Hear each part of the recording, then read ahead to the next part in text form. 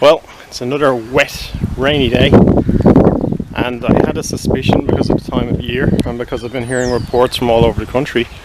But here's my pond, which is made out of an old jacuzzi, and at the back it has a ramp. Where those plants are, it's actually a ramp of earth, which gets a bit crazy. But look at this. After all the rain yesterday, I came out this morning and frog spawn. So there's frogs, they've got into it and they've spawned. Now it's not a giant amount, as you can see, but it's decent. And we'll just pull some of these water weeds away. We can see those little dots there are where the tadpoles are in the frog spawn. So it's exciting. I've actually got some frog spawn. So there'll be more tadpoles this year, and there were lots of tadpoles last year, but it's very exciting.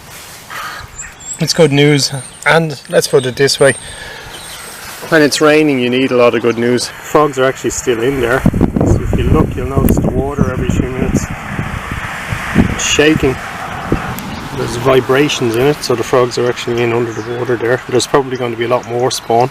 It usually always starts off with just one, and I'd say there's a bunch of frogs looking at me right now wondering when I'm going to go away from the pond. But here, that's a lily pad, the tip of a lily pad coming up. So there's all sorts of exciting things in this pond. I just remind you while I'm here with the pond, this here is a wicker climbing frame. There's a rock holding one end of it down. If any animal, particularly a hedgehog, falls into it, it'll be able to climb out. And it's really important to be able to, that animals can climb out if they fall in. Birds actually will go up and down on the little rails there when they want to have a bird bath. And you see, it's easy to make a pond. You just need anything that'll hold water. And unfortunately, this stuff here, this is duckweed.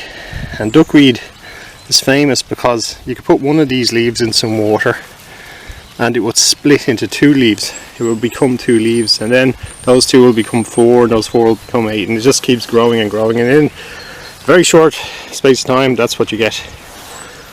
Lots and lots of duckweed covering the entire pond. But it's native, it's natural. It does this, it gets carried on birds actually a lot of the time. Frogspawn, spring.